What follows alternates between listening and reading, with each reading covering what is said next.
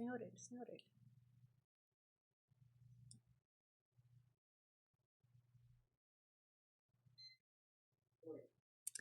Bom dia, boa tarde, boa noite, nação sincera.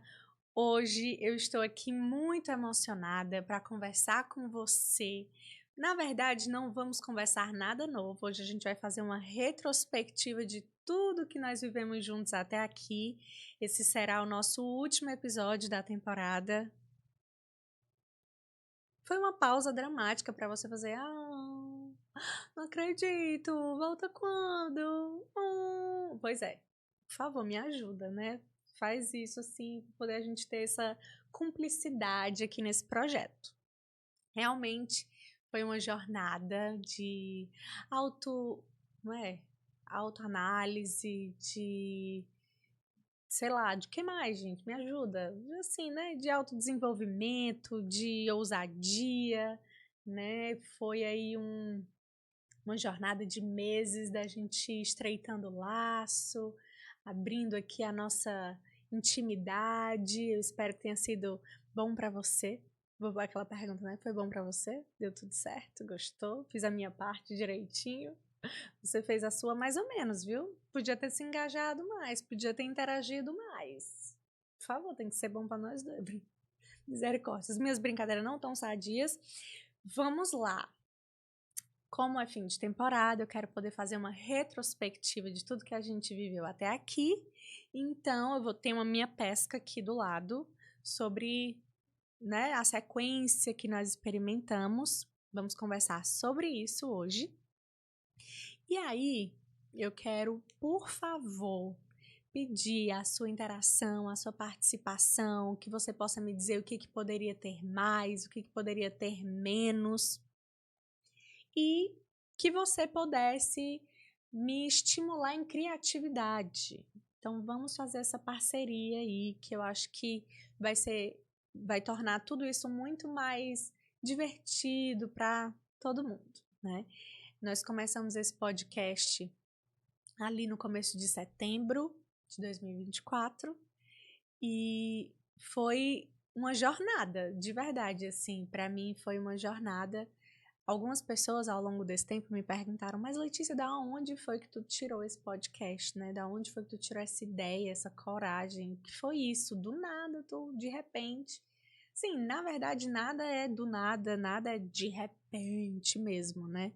Eu sempre vinha sendo encorajada por minhas amigas, falando que eu era uma pessoa interessante, que tinha sempre alguma coisa para falar, alguma opinião para dar com relação a tudo. Eu poderia entender isso como uma crítica, né? De meu Deus, que pessoa opiniosa, tem opinião para tudo, pelo amor de Deus, aprende a ouvir, tô brincando. Mas eu entendi isso como um impulsionamento. Assim, Letícia, você pode ser aí uma pessoa que nos ajuda a refletir sobre alguns pontos de uma forma diferente. E se esse é o caso, por que não abrir a mente de mais pessoas, né? Como vocês viram aqui quando eu conversei com uma amiga, né, a Carol, ela disse para mim assim, amigo, eu acho impressionante que toda vida que eu converso com qualquer pessoa, quando eu vou falar contigo, tu diz exatamente o oposto, tu diz umas coisas assim, virado de tudo que eu já ouvi, e o que tu fala faz sentido, sim, faz sentido de alguma forma. Não é que eu seja, né, o gênio da lâmpada, mas eu me esforço, como eu já confessei aqui para vocês, de constantemente aguçar o meu senso crítico, a minha capacidade auditiva, a minha escuta presente. Então eu acho que isso é uma característica que Deus me deu para que eu pudesse ouvir, pensar, refletir e facilitar os pensamentos para outras pessoas. Então isso foi o que me trouxe até aqui.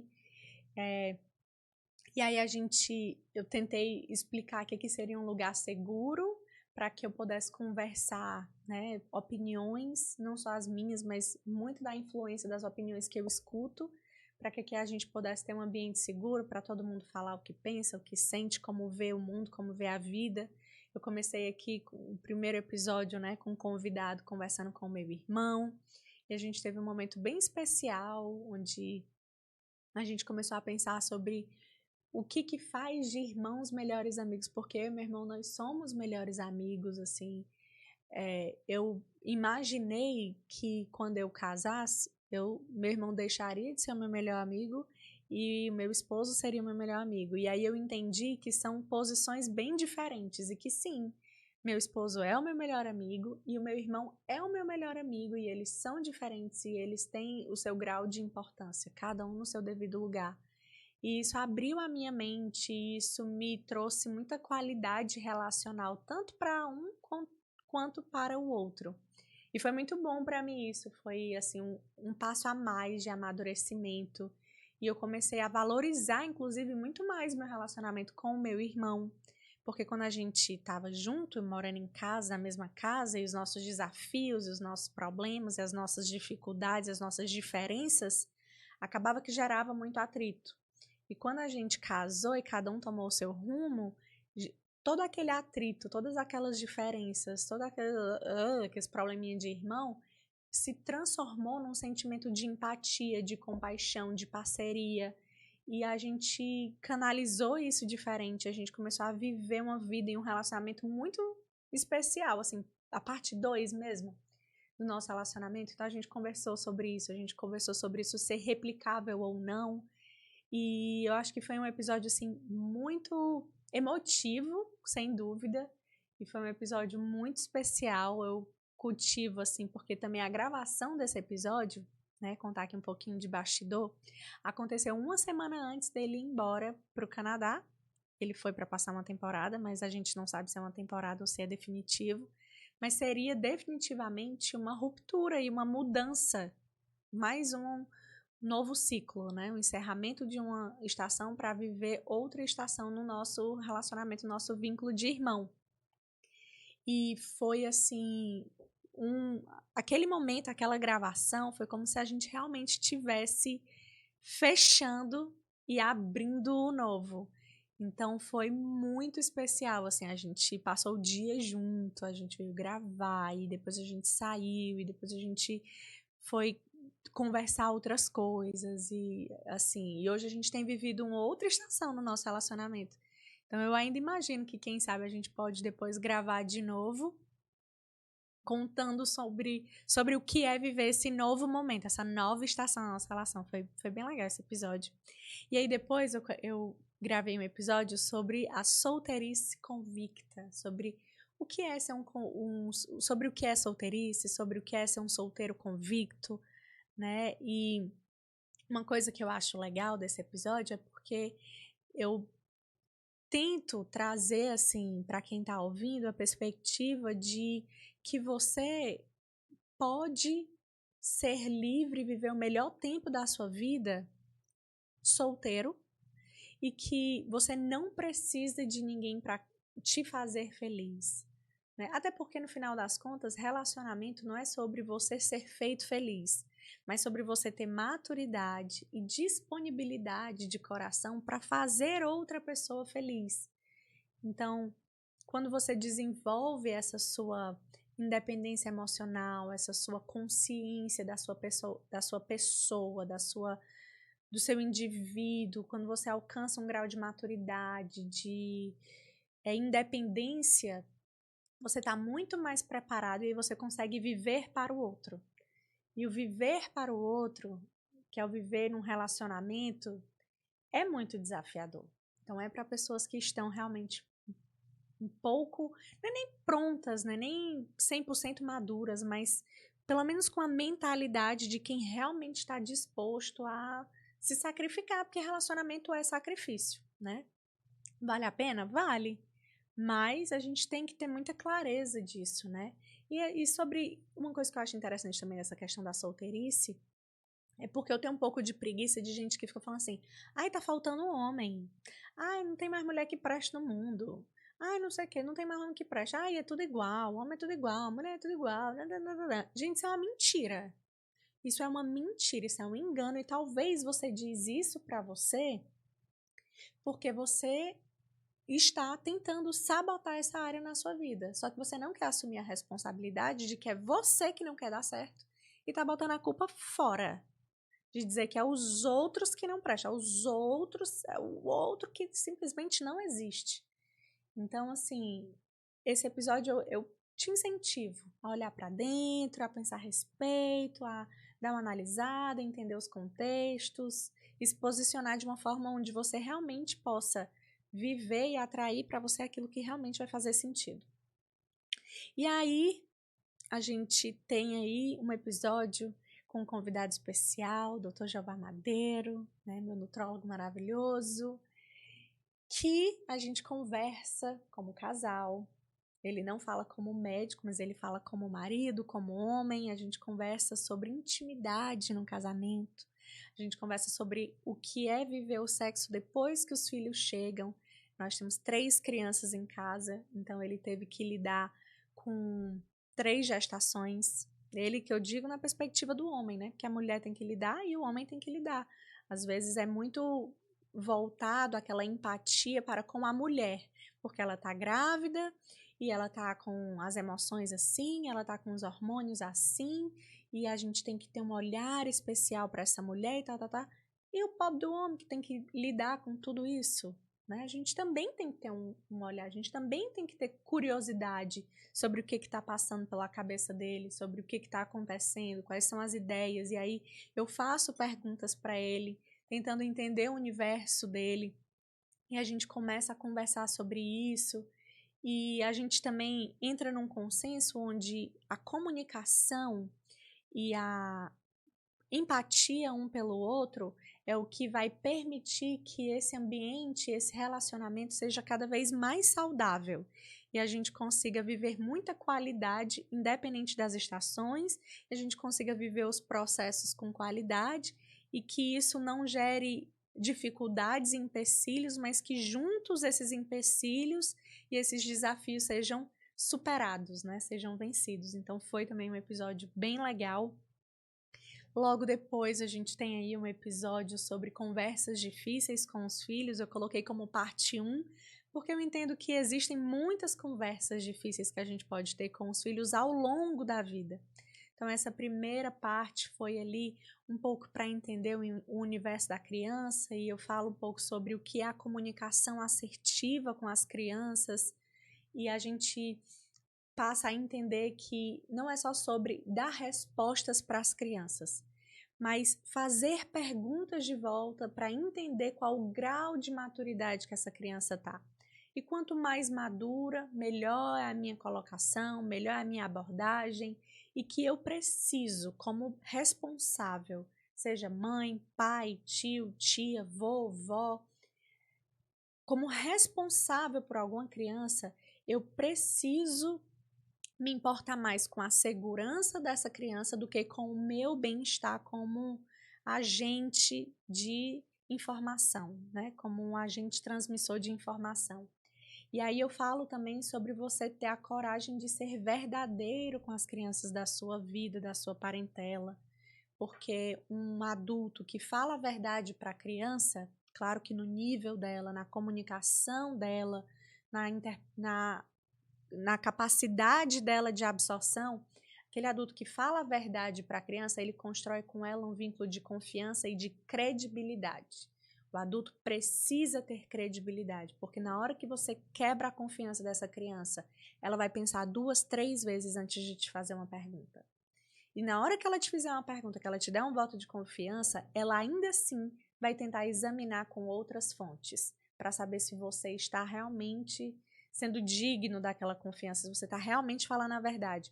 E na hora que ela busca outras fontes, corre o risco dela encontrar informações deturpadas, dela encontrar informações erradas, e aí no lugar de fixar de primeira aquilo que você quis ensinar com a sua melhor vontade, aquilo fica frágil e começar a vir outras sementes. Então a gente conversa um pouco sobre isso. E também vem um outro episódio onde eu trouxe aqui como convidada a pastora Neném Costa, pastora sênior da Igreja CC Videira. E é uma pastora maravilhosa, uma mulher íntegra, de posicionamento, sabe? Uma mulher que tem assim uma voz muito justa, né? De um coração gigante. E ela fala um pouco da história dela como uma pessoa que se dedicou ao ministério, como uma pessoa que se dedicou à família. E ela narra a história dela, ela conta da da vivência dela, da perspectiva de vida dela. E foi um episódio bem interessante, até um pouco polêmico, deixou algumas mulheres desconfortáveis, porque ela fala da questão do trabalho, ela fala da questão da disponibilidade ali dentro do âmbito familiar, sobre as responsabilidades, né, da mulher, do homem, e pode ser desafiador para algumas mulheres, mas o que eu acho muito interessante é porque ela fala de uma realidade específica, né? Então, talvez, se você é uma mãe, mas que você é uma mãe solo, para você talvez tenha sido um pouco doído, porque você tem que trabalhar fora, porque você acaba não podendo passar tanto tempo em casa, e aí você não tem a disponibilidade que ela, né, narrou ali ter tido ao longo da vida. E na verdade esse episódio não é para trazer peso, não é para trazer culpa sobre você. Na verdade é você entender que a sua realidade é diferente da realidade que ela viveu, que ela experimentou. E que independente da sua realidade ser igual ou diferente, você consegue extrair muita sabedoria, muita maturidade e aquele senso de que sim, a sua família é a sua prioridade e que tudo que você faz tem um propósito. Então foi um episódio muito enriquecedor nessa direção, onde a gente fala sobre o propósito da maternidade, a gente fala sobre o que é você construir um relacionamento, um casamento, onde um está sempre impulsionando o outro para o crescimento, e isso é muito bacana, sabe? No sentido de que existe ali uma estação onde o marido vai incentivar a esposa e onde a esposa vai incentivar o marido, mas existem as estações, existe talvez níveis de dedicação em alguns momentos da vida que um vai fazer mais uma coisa, o outro vai fazer mais o outro, onde um vai ter que cobrir o outro. E esses ajustes, eles são necessários porque é uma vida inteira e a vida ela é tão cheia de momentos, como a gente precisa ter clareza para viver os momentos da vida. Então foi um episódio assim de muita reflexão, de muita maturidade, de muita sabedoria, foi muito bacana. E em seguida desse episódio, a gente tem um episódio que eu achei assim ouro, que veio a nossa psicóloga maravilhosa, Rosângela Cordeiro, que ela trouxe para a nossa realidade uma reflexão muito interessante. A gente parou para analisar o que é a diferença de um set terapêutico para um set, para uma sala de aconselhamento pastoral. O que é esse aconselhamento pastoral? Talvez você está na sua igreja e aí você vai ter um momento de aconselhamento com o seu padre, ou com o seu pastor, ou com o seu líder ali de pequeno grupo, seu coordenador pastoral, sei lá, e você precisa entender com clareza como é esse relacionamento, né? Que tipo de vínculo de confiança você deposita em cada cenário, né? E a gente conversa um pouco sobre isso, onde no set terapêutico você está entrando num lugar que é totalmente livre de julgamento e que a bússola moral vai ser norteada dentro da pessoalidade da pessoa que está ali procurando ajuda. Não é a bússola do terapeuta, é a bússola do paciente, né, do cliente. E dentro do set pastoral, a bússola moral não são as opiniões pessoais de uma pessoa e também não são as opiniões pessoais de um líder, né? E sim, a Bíblia é a referência. Então, todas as respostas, todos os direcionamentos, eles precisam estar muito alinhados com a Bíblia. Qualquer coisa que foge disso, você pode estar sendo vítima de um abuso de poder, de um abuso de influência. E aí a gente conversa um pouquinho sobre abuso de poder. A gente conversa um pouquinho sobre você estar fragilizado porque você deposita tanta confiança nessas relações que você pode estar sendo tomado como posse de alguém. E quão insalubre é essa relação.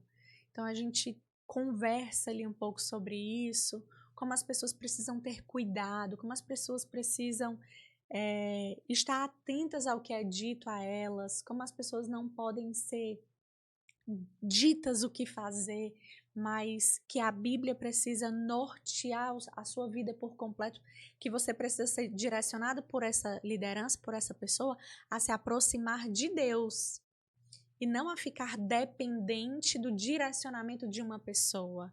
E aí, nesse episódio também, a gente conversa sobre a importância de pessoas que cuidam serem cuidadas. Que existe também uma cobrança dessas figuras de serem pessoas perfeitas, de serem pessoas assim completamente imaculadas, pessoas que não podem adoecer, pessoas que não podem sofrer, pessoas que não podem ter um burnout, né? Pessoas que não podem sofrer um esgotamento. E o quão também insalubre pode ser essa questão da cobrança entre as pessoas, né, o rebanho e o pastor. E como o pastor também precisa ser cuidado, e como o pastor também precisa ter uma consciência de que ele é um ser humano, de que estamos todos nos ajustando, estamos todos crescendo juntos, e que esse pastor também precisa se posicionar de uma forma onde ele não deixa esse rebanho dependente dele, mas que ele sabe direcionar as pessoas com perguntas inteligentes, que levem elas a pensar. E a gente também fala sobre a questão do acompanhamento psicológico, onde os terapeutas precisam ter esse cuidado de não gerar uma terapia contínua ao ponto de virar uma muleta para esses clientes, onde essas pessoas vão para o site terapêutico para vomitar as suas emoções e sair de lá vazio e pronto. Então, você tem que sair do site terapêutico cheio de técnicas, de estratégias, de ferramentas para encarar a sua vida, né? Para você ser uma pessoa mais independente emocionalmente, mais curado emocionalmente. É um episódio muito bacana. E aí, tem um episódio que eu totalmente desabafo para você. Desabafo. Eu começo a... Aí sou eu que vomito aqui um monte de coisa que eu digo assim, que a internet estragou para mim. Estragou, porque agora, se eu não souber fazer uma super mesa posta, se eu não souber receber super bem, eu não posso receber ninguém na minha casa. Por quê? Porque as pessoas criam expectativas, porque eu crio expectativas. Se não for para dar o melhor, não quero dar nada.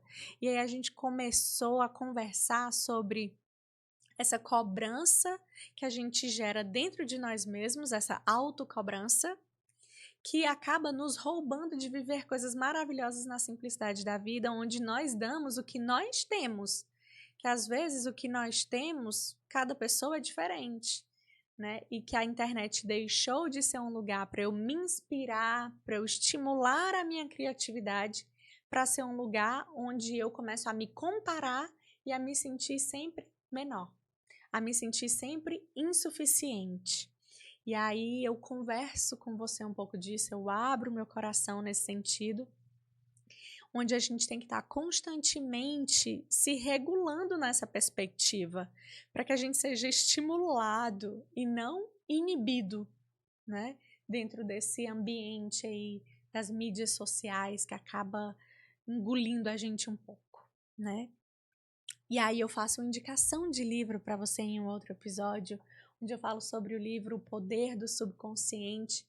Resumindo aqui para você, esse livro ele é maravilhoso porque é um neurocientista, um estudioso, um cara super inteligente que, resumindo em outras palavras, ele está te ensinando o poder da oração. Olha só, quando você ora, quando você medita, quando você verbaliza, quando você exercita gratidão, quando você começa a pensar sobre técnicas de como casar suas emoções, da sua fala, da sua conduta, da sua mentalidade, você começa a ter resultados diferentes, você começa a viver uma realidade diferente. E esse livro é maravilhoso, então eu te aconselho a orar, ou a orar também, mas eu te aconselho a ler esse livro, que eu acho que vai abrir assim a tua mente a pensar assim, meu Deus, as respostas estavam todas aqui dentro, eu já sabia o que fazer. Gente, é interessante que nesse livro tem um momento que ele fala assim, uma das técnicas que ele apresenta, que ele fala assim, às vezes você perdeu uma coisa, sei lá, tipo, perdi a chave do carro. E aí você não sabe onde é que tá a chave do carro. certo? Você não sabe. Isso acontece muito comigo. E aí você fica, meu Deus, mas fui eu que a chave estava na minha mão. Onde foi que eu coloquei essa chave do carro? E aí ele diz o seguinte, ele explica, né? Claro, vou falar aqui grosseiramente, que você sabe onde é que está a chave do carro. Tá tudo no seu subconsciente, mas você não está conseguindo acessar essa informação. E aí, o que, que você pode fazer?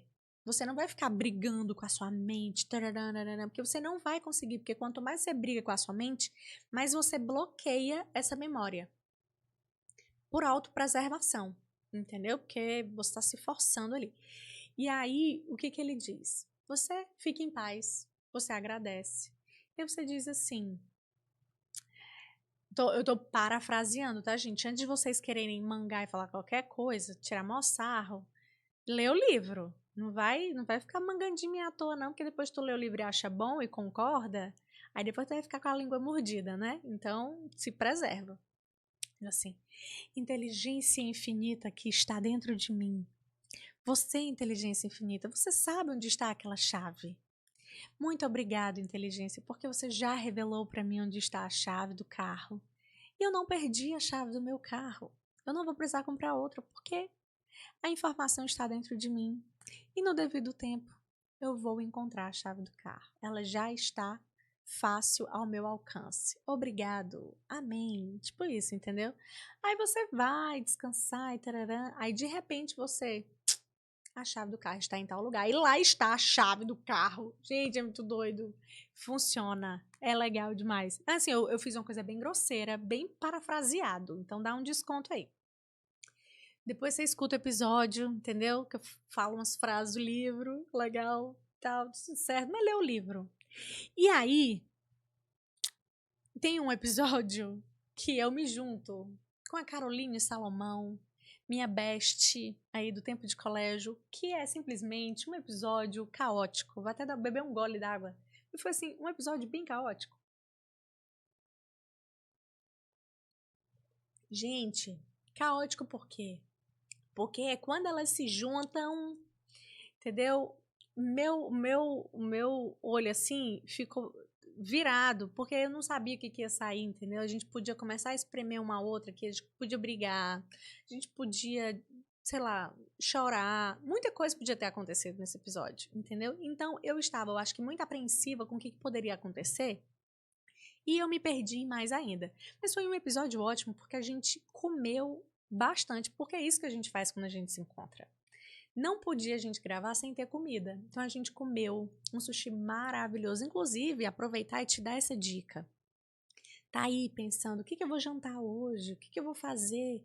Vai jantar. Um jantar especial lá no Ioro. Ioro, siga Ioro no Instagram, que você vai ficar aí de barriga cheia, morto satisfeita, feliz, entendeu? Aquela comida boa. E eu te digo mais. Se você não tem onde deixar a sua criança e a sua criança não gosta de sushi e você acha que não vai ter comida para sua criança, engano seu. Lá você pode sim montar o prato kids da sua criança, você sabia? Não está no cardápio, mas lá você pode dizer, olha, eu gostaria de pedir um prato de filé com arroz e fritas para o meu filho. Você poderia fazer? Eles fazem. Olha que cuidado no atendimento. Olha que excelência. É outro nível. E aí, nesse episódio com a Carol, a gente meio que vai falar sobre amizade, sabe? A gente vai quebrar ali cabeça falando sobre o que é o ser amigo, o que, que faz de alguém amigo. E nós somos muito diferentes. Ela é uma pessoa que ela não tá muito aberta pra amizade, entendeu? Você tem que meio que cavar. Você tem que querer muito. Eu já sou uma pessoa que tô aberta pra fazer amizade qualquer hora, em qualquer momento, qualquer pessoa. E eu tô, assim, muito feliz e entusiasmada. Eu invisto em amizade. Então, é um episódio que a gente meio que discute, porque discute assim, né, no bom sentido, porque nós somos muito diferentes e tá dando muito certo para ela ser do jeito que ela é e tá dando muito certo para mim ser do jeito que eu sou. Então é um episódio que a gente fala sobre amizade, a gente pergunta o que que faz de uma amiga, assim, o que que faz de uma amizade? Uma amizade é um lugar seguro, um lugar que tem longa vida, né? Tem durabilidade. E a gente conversa um pouco sobre isso, mesmo dentro da nossa loucura. É um episódio super aleatório que, assim, é ouvir pra rir, chorar, e rir de novo e chorar de novo. E sair sem entender nada e ao mesmo tempo entendendo tudo. É uma coisa meio doida. Mas tudo bem, tem que ter um assim, né, no meio de uma temporada. Depois disso, nós temos um episódio falando sobre mentalidade do gado. É um episódio polêmico? Talvez, não sei. Mas é um episódio que eu meio que dou uma desabafada numa coisa que me irrita profundamente, que é quando as pessoas são arrastadas, entendeu? As pessoas não raciocinam, escutam uma coisa, não processa direito e simplesmente bate palma para qualquer besteira. Sabe uma coisa assim? Eu não falo esse exemplo no episódio, eu falo outras coisas no episódio, só para ilustrar, porque eu tô, né, fazendo uma retrospectiva para poder, né, dar aquele complementozinho básico. Então tá tudo certo, estamos juntos aqui. Uma coisa que eu acho louco, que teve um episódio que aconteceu com o Dalai Lama, há um tempo atrás, onde o Dalai Lama pede para um menino, uma criança, né, chupar a língua dele. Oh, meu Deus, eu nem acredito que eu verbalizei isso, que eu não queria dizer isso, mas eu já falei, você já ouviu. E aí, isso ele tá na frente de uma imprensa gigante, uma plateia gigante. Ele deixa a criança extremamente desconfortável. É uma cena bizarríssima de se ver. E você imagina, se o Dalai Lama teve coragem de fazer isso, zero pudor, em fazer isso na frente de todas essas pessoas, imagina o que ele não faz no oculto. Então, nesse momento, foi escancarado, né, para a sociedade uma parte da personalidade, do caráter, do que essa pessoa é capaz, que nunca tinha sido antes abordado publicamente. E aí, por que eu estou falando esse exemplo? Porque quando a gente escuta o episódio de Mentalidade do Gado, se você não escutou ainda, vai lá escutar que vai fazer sentido. O que foi que aconteceu naquele momento? Os repórteres, as pessoas que estavam lá, a plateia, todo mundo deu risada e aplaudiu. Você tem noção do que é uma cena como essa? Uma criança foi assediada publicamente e as pessoas riram e aplaudiram. Por quê? Porque era o Dalai Lama, um formador de opinião, um cara idolatrado, um cara que é adorado, um cara que as pessoas peregrinam, se sacrificam, andam a pé, fazem um monte de coisa, oferendas, dinheiro, tudo pro cara. Porque ele é uma super personalidade. E eu fiquei tão revoltada nessa época, eu fiz até muitas postagens a respeito disso, enfim, na época. Mas se você quiser ver, tem vídeo no YouTube, você bota Dalai Lama, menino, e escreve o restante da frase que eu já falei, e você vai ver. E aí eu achei de uma ousadia do cinegrafista que gravou e ele não poupou, ele postou, ele foi um militante naquela hora. Ele disse, espera aí, eu vou gravar essa cena toda e eu vou divulgar. Só que a minha maior revolta é com as pessoas que estão ao redor que poderiam ter impedido. Alguém poderia ter dito, ei, isso tá errado. Ninguém se posiciona, ninguém é por essa criança.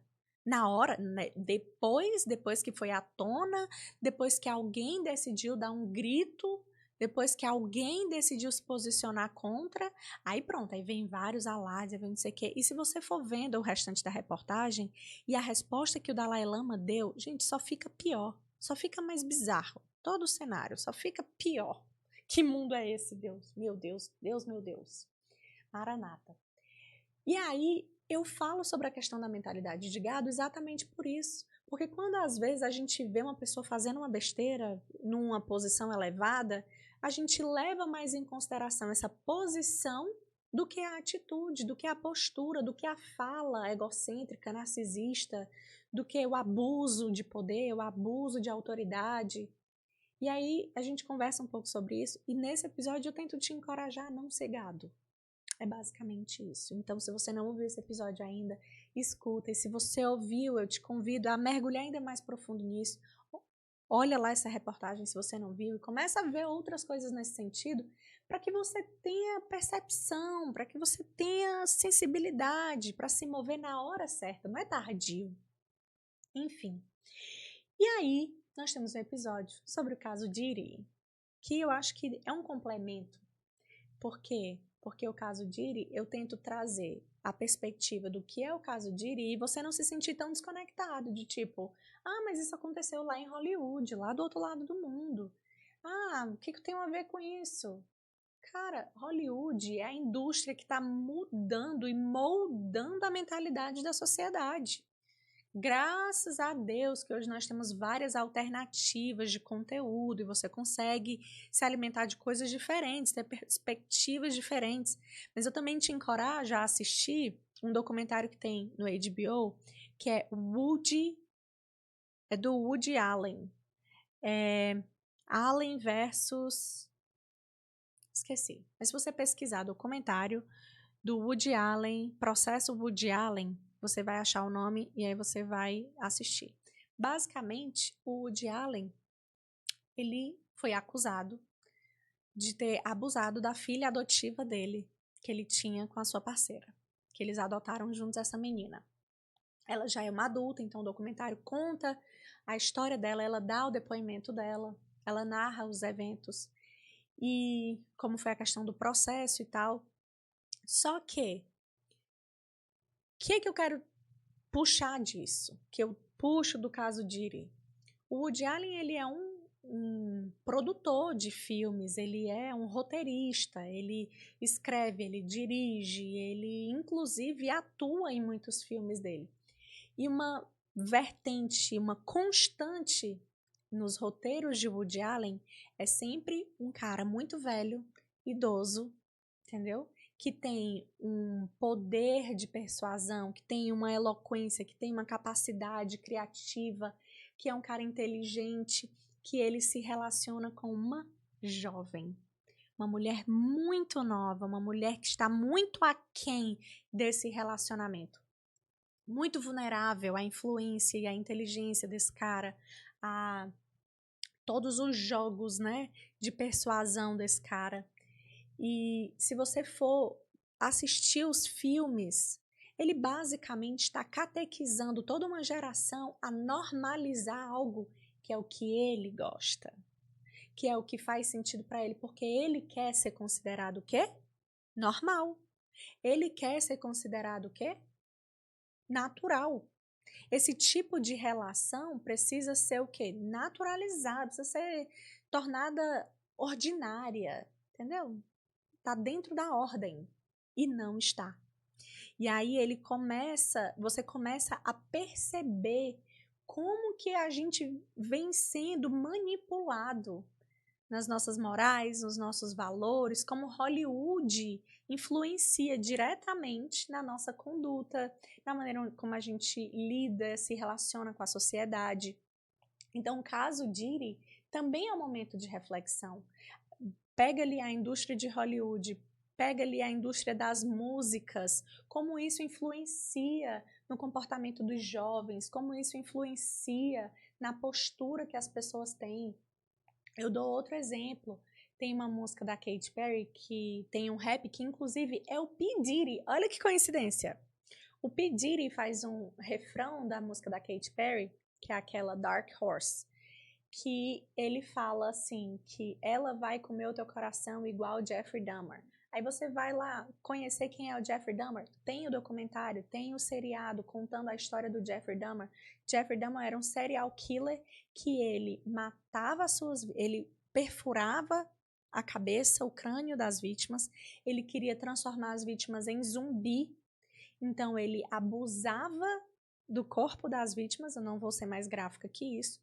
Depois ele matava, depois ele abusava do corpo morto, né? Tem um nome para isso que eu também não vou dizer, né? E depois ele abria e ele se alimentava, ele era canibal, ele se alimentava da carne, né, das vítimas. Se isso não der uma náusea em você, eu me preocupo.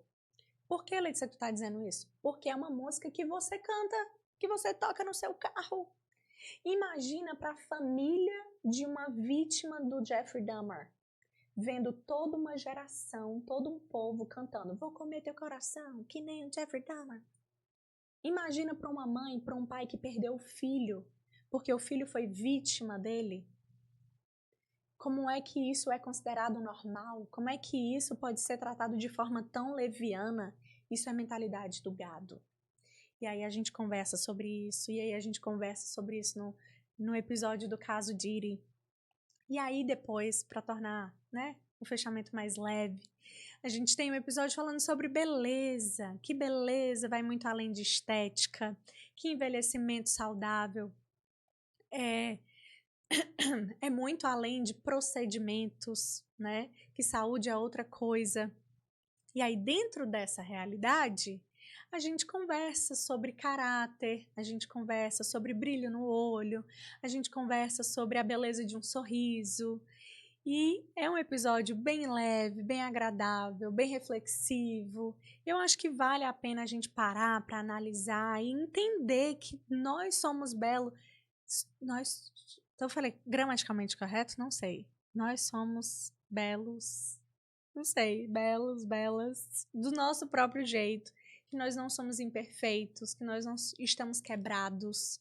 Nós somos inteiros e que nós podemos viver cada estação com qualidade, que existe beleza para a vida inteira, né? Não existe só a beleza da juventude. Então, existe sim a beleza da juventude, né, gente? Mas não existe só a beleza da juventude, né? É isso.